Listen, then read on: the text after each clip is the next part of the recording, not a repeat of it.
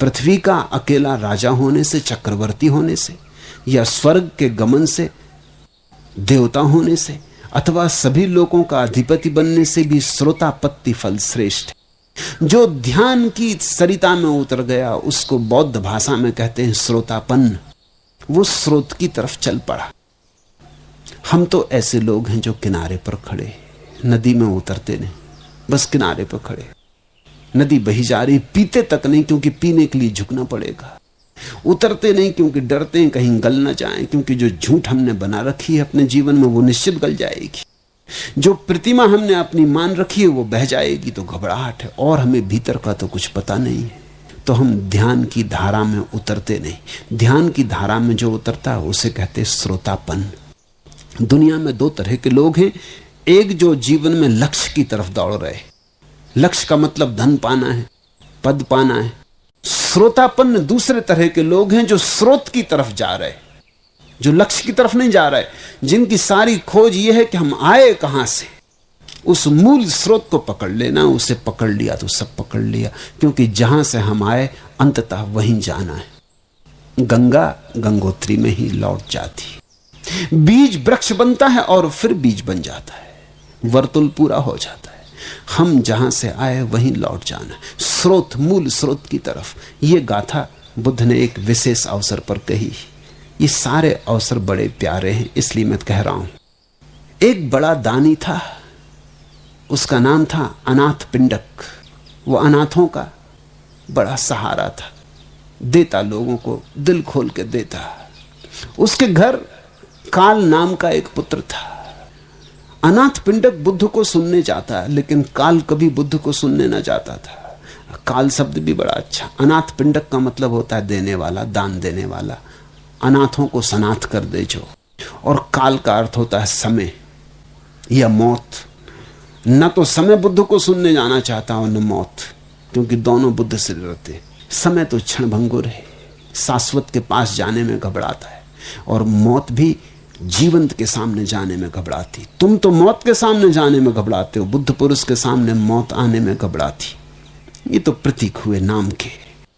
बाप लेकिन चाहता था कि बेटा जाए, बुद्ध को सुने, लेकिन बेटा सुनता नहीं था। तो बाप ने कहा ऐसा कर, मैं तुझे 100 स्वर्ण मुद्राएं दूंगा अगर तू बुद्ध के वचन सुनने जाए। इस लोभ में वो गया।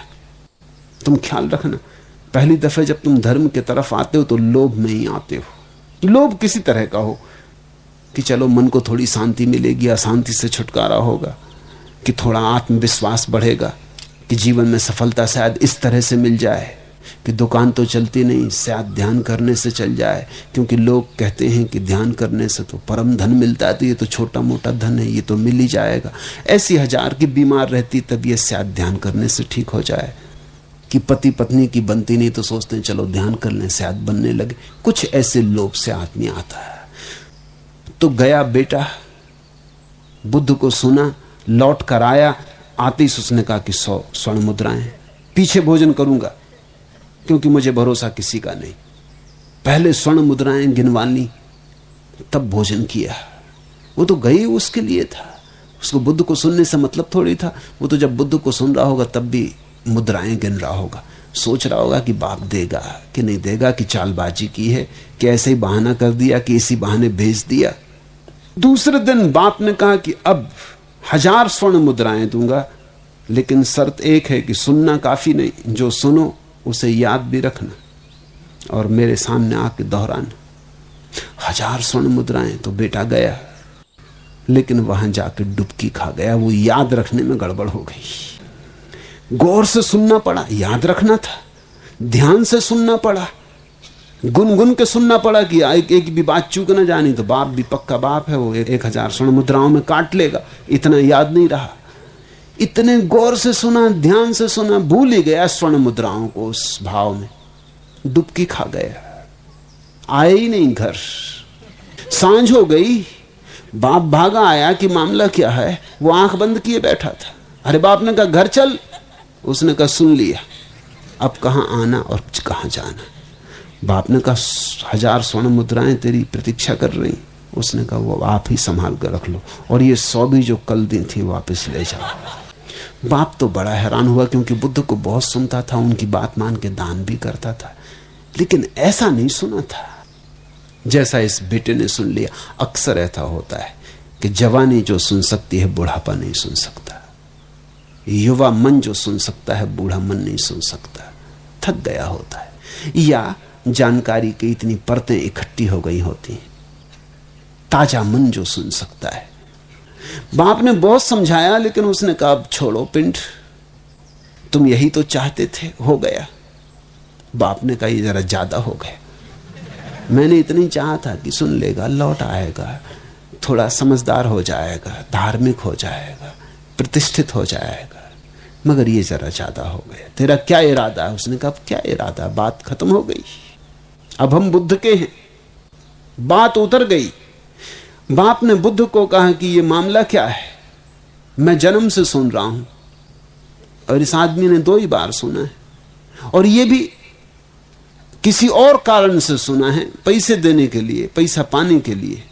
बुद्ध ने कहा तुम्हारा बेटा अब तुम्हारा नहीं मेरा हो गया, जिसने मुझे सुन लिया मेरा हो गया, अब ये बेटा मेरा है, अब ये तुम दावा जाने दो, अब उसे तुम चक्रवर्ती की संपत्ति भी दो तो भी लौटने वाला नहीं, तुम उसे देवलोक का सम्राट बना दो, इंद्र बना दो तो भी लौटने वाला नहीं, तुम सारे 3 लोकों की सारी संपदा उसके चरणों में रख दो तो भी लौटने वाला नहीं। तो बाप ने कहा इसे हो क्या गया है? तो बुद्ध ने कहा ये श्रोतापन्न हो गया, ये ध्यान की सरिता में उतर गया है। इस घड़ी बुद्ध ने ये गाथा कही, पथव्या एक रंजेन सग्गस गमनेन वाह सब लोकाधिपंचेन सोता पत्ती फलम वरम।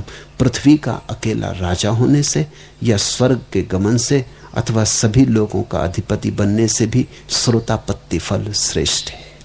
इस श्रोतापन्न हो जाने को ही मैं सन्यास कहता हूं। तुम में से जिसने सुना हो वो ख्याल रखें इस घटना को, सुना तो मेरे हुए, अगर सुन के चले गए बिना मेरे हुए तो सुना ही नहीं, स्मरण रखना। और जब तक तुम श्रोतापन्न ना हो जाओ, जब तक तुम ध्यान की सरिता में डूबने न लगो, डुबकी ना खाने लगो, तब तक सुना या ना सुना सब बराबर है। आज इतना ही।